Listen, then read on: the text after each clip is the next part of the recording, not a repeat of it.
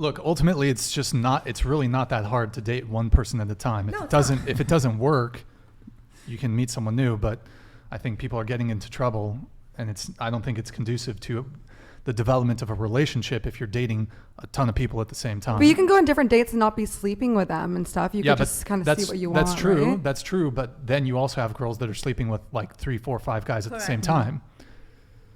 Teach their own. If they're okay with it and their partner's okay with it, who cares? Honestly, most men would not be cool. If you ask most men, most guys live like that. They're doing it behind your back, so. I think you just have to know your end goal. Quite often, yeah.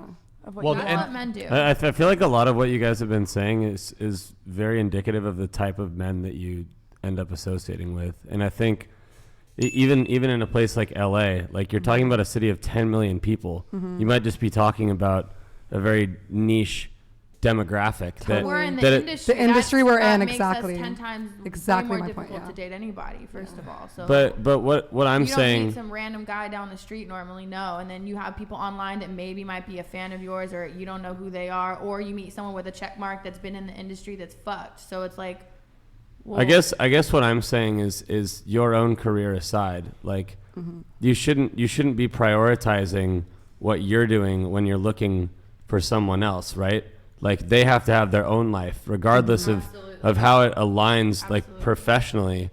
I think a lot of the times I hear girls complaining about how the guys, every guy is so trash when like they're sort of just dating a copy and pasted version with like a different haircut of like the same base traits in a dude, you know, an emotionally unavailable and sort of like removed, detached from reality in a lot of ways that I think you are, in that like you've had a pretty like successful career in your 20s. And I think as an attractive person or a successful person when you're young, when you have that, you have sort of a removal of a necessity for accountability. And you have the ability to sort of say, this is who I am, this is what I want, fuck what you want, I'm gonna put my foot down. And like you haven't really had to ever, you know, put your ego aside and just be a, you know, be an adult for a sec, because you can afford the luxury of saying, fuck you, I don't got to deal with this. I'm rich and I'm hot and I got my own thing going on. Like move along instead of taking a second to like check in with yourself and say, what am I doing wrong here? Where are the parts that I might not be stepping up to the plate in this relationship? And why am I consistently finding people that I don't connect with and that are mistreating me? Am I mistreating myself first and foremost? Am I not giving myself enough love? Because it seems like I'm consistently, you talk about manifestation, it's magnetism too. It doesn't even matter what you're asking the universe for. It's what you're telling yourself too. It's about the relationship that you have with yourself. And I think a lot of women and men are caught in a loop of really just toxic relationships because they have a toxic relationship with themselves. And I think a lot of what that comes from is totally not our fault. And like everybody watching, like we didn't ask for this, right? Like when I was in high school, I started using social media and became like painstakingly aware of the fact that there's just a million options at all times. And especially when you're in the industry or you're an attractive girl, like those options are just always available to you. And so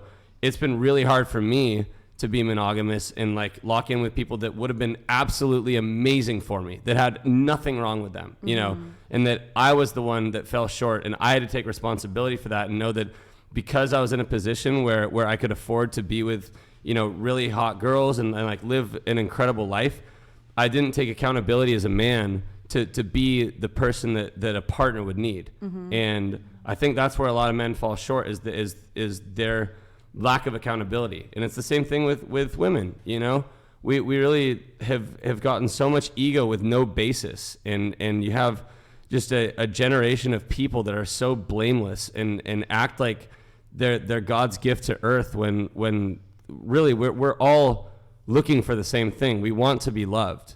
Like everybody wants to be loved. I think men need some work. Okay, but women do too, and Lexi. Men just need to be great, and you're just God's gift to earth, right? Because I've been an amazing girlfriend. I'm sure you have, but you've also been like consistently talking over people and not allowing space when people are having a dialogue. Like there are certain components of having a mature dynamic with someone that I think you could still work on. There's nothing wrong with that. You know, you've gotten a co-spy and whatever, but like, in order to get the relationship that you're shying away from by having these surface level relationships, you do need to like first do that work with yourself. And I don't mean like checking CoStar. I don't mean like looking at tarot cards. I mean like actually just taking a look at yourself. And I'm not talking to you specifically. I'm talking to everybody, like myself included. I think we all have been barraged with so much information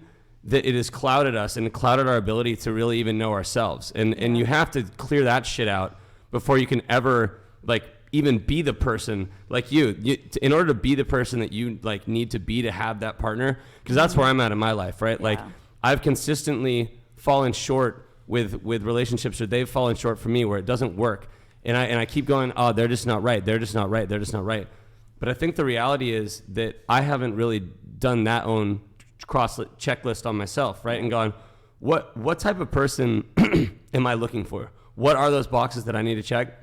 And what do I need to bring to the table? What kind of man do I need to be in order to attract that kind of person? Because it's not just going to come to you. And like you thinking that like manifestation only gets you so far. Application is what delivers results. And you have to know exactly what you're looking for and what it takes to get that in order to manifest to that level. You know, a key component of manifestation is like real, true, genuine effort. Man, that was. Let me shake your hand, man. That was quite the cut. That was a great sketch. Well done. And I have a very similar journey too. Like I was super hurt I was hurting people, and I didn't understand why. And I had such amazing men that were coming into my life, but really it came down to me, and I had to realize like I was not okay, and I had to do all this healing work to actually be able to like own my feminine and like love back. So it's been like a beautiful process. For sure. People sometimes like mirror for you. Yeah. Okay, let me do a couple super chats that came in here.